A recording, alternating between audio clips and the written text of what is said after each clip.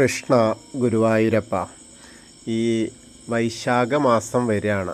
വൈശാഖ മാസം എന്ന് പറഞ്ഞാൽ അറിയാലോ, ഏറ്റവും പ്രിയപ്പെട്ട ഏറ്റവും പ്രധാനപ്പെട്ട മാസമാണ്. അതായത് വിഷ്ണുവിന് ഏറ്റവും പ്രിയപ്പെട്ട മാസമാണ് വൈശാഖ മാസം. വൈശാഖ മാസം എന്ന് പറഞ്ഞാൽ മാധവ മാസം എന്നാണ് അർത്ഥം. അപ്പോൾ മാധവന് ഏറ്റവും ഇഷ്ടം ആ മാസമാണെന്നാണ്. അപ്പോൾ അത് വരുന്നത് ഈ പ്രാവശ്യം, അതായത് 2026 ഏപ്രിൽ 18 തുടങ്ങുന്നത്. മേടമാസത്തിലെ കറുത്ത വാവ് കഴിഞ്ഞ് പ്രഥമ മുതലാണ് വൈശാഖ മാസം ആരംഭിക്കുക. ഭഗവാൻ വിഷ്ണു വൈകുണ്ഠം വിട്ട് നമ്മുടെ ഭൂമിയിലേക്ക് എഴുന്നള്ളുന്ന സമയമാണ് എന്നാണ് ഈ മാധവമാസത്തിൻ്റെ പ്രത്യേകത. അപ്പോൾ വിഷ്ണുവും അതേപോലെ ലക്ഷ്മി ദേവിയും കൂടെ ഇറങ്ങുന്നു എന്ന് പറയുമ്പോൾ ബാക്കിയുള്ള എല്ലാ ദേവീദേവന്മാരും കൂടി നിറഞ്ഞു നിൽക്കുന്ന സമയമാണ്. അത് നമ്മളെ ഗുരുവായൂരൊക്കെ ഏറ്റവും പ്രധാനമാണ്. കാരണം ഗുരുവായൂരപ്പൻ എന്ന് പറഞ്ഞാൽ മഹാവിഷ്ണുവിൻ്റെ ആ ഒരു ചൈതന്യം തന്നെയാണല്ലോ. കൃഷ്ണനായി പൂജിക്കുന്നു എന്ന് പറയുന്നു മാത്രം. അതായത് കൃഷ്ണൻ തന്നെയാണ് മാധവൻ. അപ്പോൾ ആ മാധവൻ്റെ ഇഷ്ടമുള്ള മാസമാണ് മാധവമാസം. നമ്മുടെ ഭക്തരുടെ ഓരോരുത്തരുടെയും ഗൃഹത്തിലേക്ക് ഭഗവാൻ വിഷ്ണുവും ലക്ഷ്മി ദേവിയും എത്തുന്നു എന്നുള്ളതാണ് ഈ ഒരു മാസത്തിൻ്റെ പ്രത്യേകത. സ്കന്ദപുരാണത്തിലും പത്മപുരാണത്തിലും ഒക്കെ ഈ വൈശാഖ മാസത്തെ വളരെ വ്യക്തമായിട്ട് പ്രതിപാദിക്കുന്നുണ്ട്. സർവ മാസങ്ങളിൽ വെച്ചിട്ടും ഏറ്റവും ശ്രേഷ്ഠമായത് വൈശാഖ മാസമാണെന്നാണ് സ്കന്ദപുരാണത്തിൽ പറയുന്നത്. വൈശാഖ ധർമ്മങ്ങളിൽ വെച്ചിട്ട് ഏറ്റവും പ്രഭാത സ്നാനവും നാരായണ നാമജപവും പാവപ്പെട്ടവർക്ക് ദാനവും ഒക്കെ അത്യുത്തമമാണ്. 6 നാഴിക പുലരുന്ന വരെ ജലാശയങ്ങളിലെല്ലാം ഗംഗാദേവിയുടെ സാന്നിധ്യം ഉണ്ടാവുന്നതാണ്.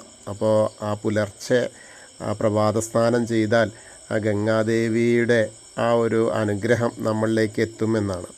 ജപത്തിനും ഹോമത്തിനും പുരാണപാരായണത്തിനൊക്കെ സജ്ജന സംസർഗത്തിനൊക്കെ ഏറ്റവും പ്രധാനപ്പെട്ട മാസം ആ വൈശാഖ കാലമാണ്. അത്യന്തം പുണ്യം ഉള്ള കാലമാണ്. ഈ മാസങ്ങളിൽ വരുന്ന നമ്മുടെ അതിഥികൾ വരുമ്പോൾ അവർ ഭഗവാനാണ് എന്ന് വിചാരിച്ച് നമ്മൾ അവരെ സ്വീകരിച്ച് ഭഗവാൻ എങ്ങനെയാണോ നമ്മൾ ഊട്ടും ഇതൊക്കെ കൊടുക്കേണ്ടത് അതുപോലെ ചെയ്യണമെന്നാണ്. കാരണം ഭഗവാന്റെ രൂപത്തിൽ ഭഗവാൻ തന്നെ വരുന്നത് പോലെ ആയിട്ടാണ്, ഭക്തരെയും നേരി കാണാൻ വരുന്നതായിട്ടാണ് നമ്മൾ ചിന്തിക്കേണ്ടത്. അതുപോലെ അതിഥിക്ക് ഭക്ഷണം, നല്ല വസ്ത്രം, ധനം എന്നിവയൊക്കെ നൽകിയിട്ട് വേണം അയക്കാൻ എന്നാണ് പുരാണങ്ങളൊക്കെ പറയുന്നത്. ലക്ഷ്മീനാരായണ ജപത്തിനൊക്കെ ഭജനത്തിനൊക്കെ ഏറ്റവും യോജിച്ച കാലമാണിത്. പ്രഭാതത്തിലും സന്ധ്യയ്ക്കും നിലവിളക്ക് കൊളുത്തിയിട്ട് ലക്ഷ്മീനാരായണ നാമം ജപിക്കുക. വിഷ്ണു സഹസ്രനാമം, നാരായണീയം, അഷ്ടോത്തരി, ഓം നമോ നാരായണായ എന്നൊക്കെയുള്ള, അതേപോലെ ദ്വാദശാക്ഷരി മന്ത്രം, ഓം നമോ ഭഗവതേ വാസുദേവായ, അതേപോലെ ഭാഗവത പാരായണം, മഹാലക്ഷ്മി അഷ്ടകം, കനകധാരാസ്തവം എന്നിവയൊക്കെ മാധവമാസകാലത്ത് അഭീഷ്ടസിദ്ധി, അതായത് ആയിരക്കണക്കിന് നമ്മൾ ഒരു ദിവസം ചെല്ലുന്നതിൻ്റെ 10 മടങ്ങ് ശക്തിയാണ് വൈശാഖ മാസത്തിൽ ചെല്ലിയാൽ എന്നാണ്. അതുപോലെ മുഴുവൻ വ്രതം നോറ്റ് ഭഗവാനെയും ലക്ഷ്മി ദേവിയെയൊക്കെ ധ്യാനിക്കുന്നത് സർവ്വ ഐശ്വര്യദായകമാണ്. വ്രതം നോൽക്കുമ്പോൾ ഭഗവാനെ വളരെ ശ്രദ്ധയോടെയും ഭക്തിയോടെയൊക്കെ ആ വ്രതം അനുഷ്ഠിച്ചാൽ സർവ്വ ദുഃഖത്തിനും ശാന്തി, അതേപോലെ സർവ്വ ശാന്തി കിട്ടും. ഐശ്വര്യം, സമ്പത്ത് എന്നിവയൊക്കെ ഉണ്ടാകുമെന്ന് വിശ്വസിക്കപ്പെടുന്നുണ്ട്. വൈശാഖത്തിലെ വെളുത്ത ദ്വാദശി, പൗർണമി എന്നിവയ്ക്ക് വ്രതം എടുക്കുന്നവർക്കും മുഴുവൻ മാസവും വ്രതമെടുത്തതിൻ്റെ തുല്യമായ ഫലം ലഭിക്കുമെന്നാണ് പറയപ്പെടുന്നത്. അതുപോലെ എല്ലാ ശുഭ കാര്യങ്ങൾക്കും അത്യുത്തമമാണ് വൈശാഖ മാസം എന്നാണ് പറയപ്പെടുന്നത്. അതുപോലെ അനേകം പുണ്യ ദിവസങ്ങളുണ്ട്. ആദ്യം തന്നെ അക്ഷയ തൃതീയ വരും. അതാണ് ബലരാമസ്വാമിയുടെ ജന്മദിവസം.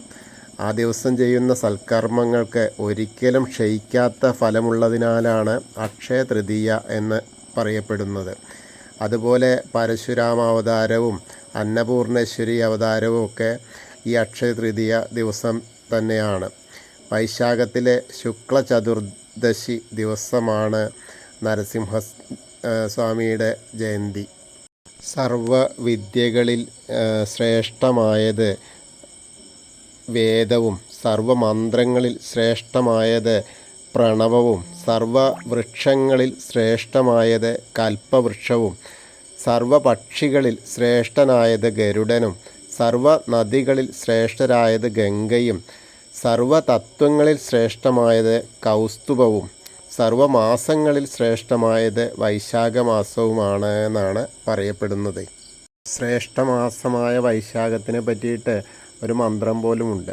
വൈശാഖം സകലം മാസം മോഷ സംക്രമേണ രവേ പ്രാത സാനിയമ സ്തസ്യേ പ്രിയതാ മധുസൂദന മധുഹന്തു പ്രസാദേന ബ്രാഹ്മണ നാമാനുഗ്രഹാത്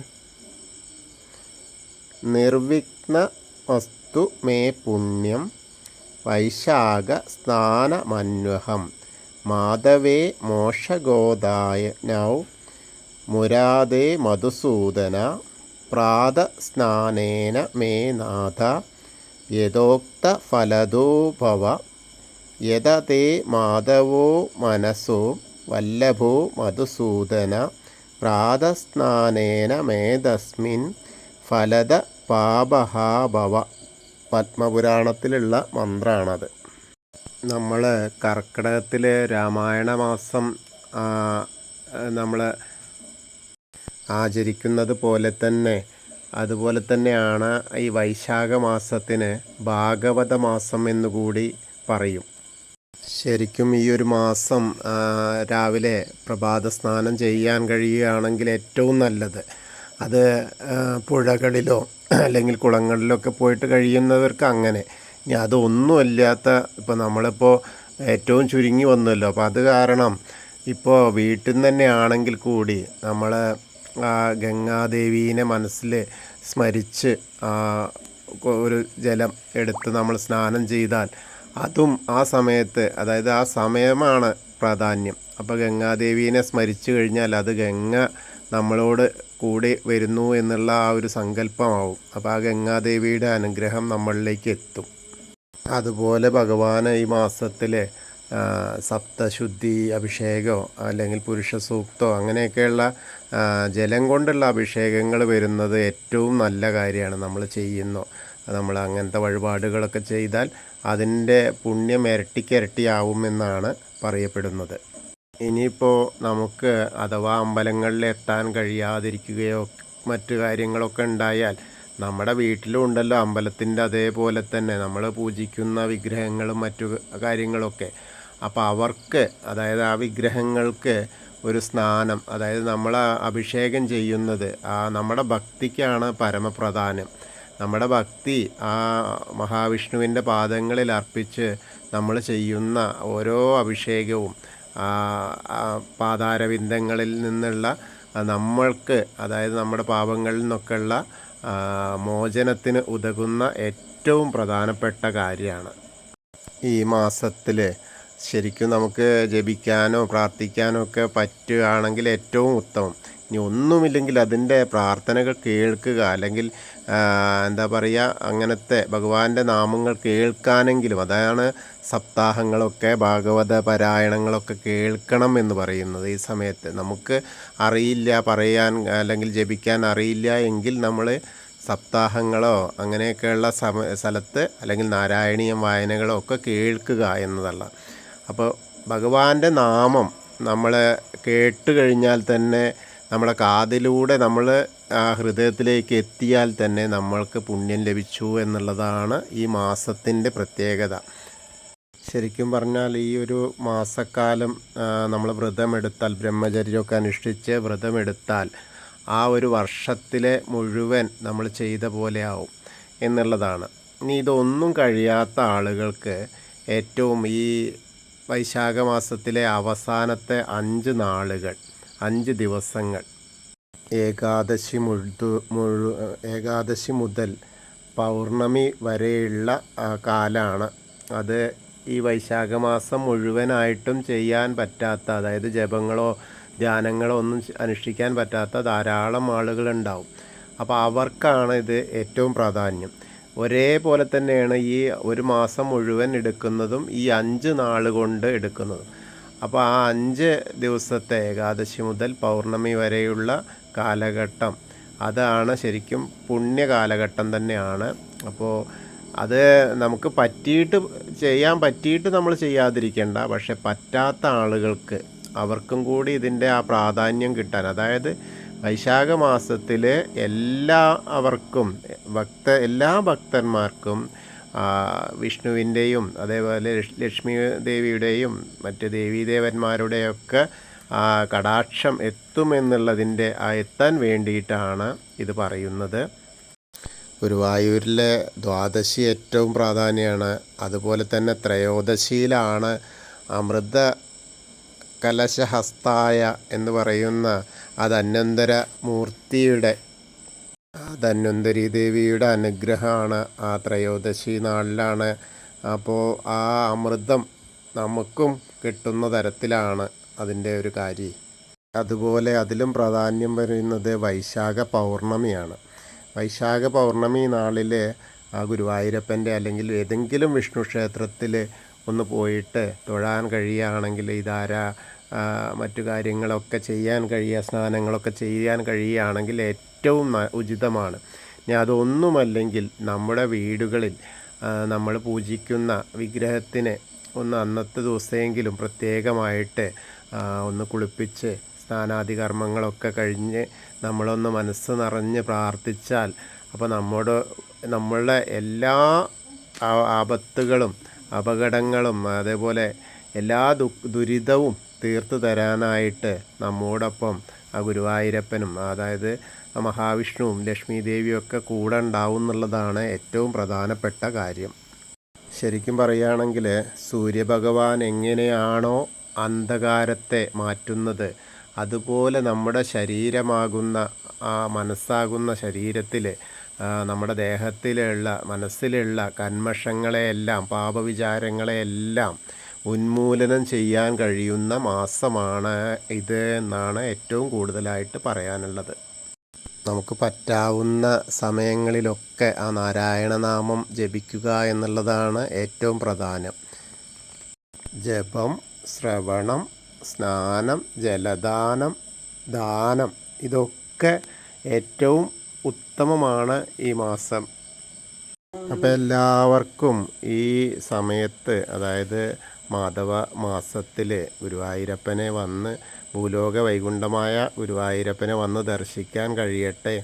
അതുമല്ലെങ്കിൽ അടുത്തുള്ള ഏതെങ്കിലും ക്ഷേത്രങ്ങളിൽ, വിഷ്ണു ക്ഷേത്രങ്ങളിൽ പോയി ദർശനം നടത്താനുള്ള ഭാഗ്യം നൽകട്ടെ, ഗുരുവായൂരപ്പൻ നൽകട്ടെ. ഇനി ഒന്നുമില്ലെങ്കിൽ അവനവൻ്റെ വീട്ടിലെങ്കിലും അതിന് കഴിയട്ടെ. വരുന്ന അതിഥികളോടൊക്കെ വളരെ മിതത്തോടു കൂടി, വളരെ ഭഗവാൻ നേരിട്ട് എഴുന്നള്ളുകയാണ് എന്നുള്ള ആ ചിന്തയുമായിട്ടൊക്കെ അവരെ നന്നായിട്ട് സൽക്കരിക്കുക. എല്ലാറ്റിനും മുന്നിൽ ഗുരുവായൂരപ്പനാണ് എന്നുള്ള ആ നാരായണൻ്റെ, ആ മഹാവിഷ്ണുവിൻ്റെ രൂപം മനസ്സിൽ ഏത് സമയത്തും കൊണ്ടു നടക്കുക എന്നുള്ളതാണ് ഏറ്റവും പ്രധാനപ്പെട്ട കാര്യം. അപ്പോൾ എല്ലാവർക്കും വൈശാഖ മാസം മുഴുവനായിട്ടും ആചരിക്കാൻ കഴിയട്ടെ എന്ന് ഗുരുവായൂരപ്പൻ തന്നെ തുണയ്ക്കട്ടെ എന്ന് നമുക്ക് പ്രാർത്ഥിക്കാം. ഹരേ കൃഷ്ണ. ഗുരുവായൂരപ്പ ശരണം. കൃഷ്ണായ വാസുദേവായ ഹരയേ പരമാത്മനെ പ്രണതക്ലേശനാശായ ഗോവിന്ദായ നമോ നമഃ.